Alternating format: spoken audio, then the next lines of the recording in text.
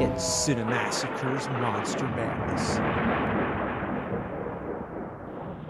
Welcome to the world's first zombie movie. If you're used to blood spurting and heads getting chewed off, then this isn't the movie for you. Though it may not excite by use of gore, it has a different kind of power. Watching it is like going into a dreamlike state. With Bela Lugosi staring at you half the time, you actually feel like you're being hypnotized.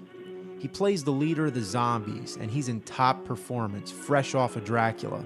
Speaking of which, this is not Universal, the studio that dominated the horror genre for the 30s and 40s. No, this was independent, so it gets overshadowed by everything else, like Dracula, Frankenstein, and the Mummy. I sort of consider it the rebel of the bunch, but its legacy doesn't go unnoticed. Rob Zombie used it as the name of his first band. It shows some new filmmaking techniques. There's that close-up of Lugosi's eyes that just float until they land on his head. There's framing through objects, and there's a dialogue scene where the camera starts behind the actor's back. Then all the dialogue happens in one single take. By the end of the scene, the camera goes back to the same spot it started.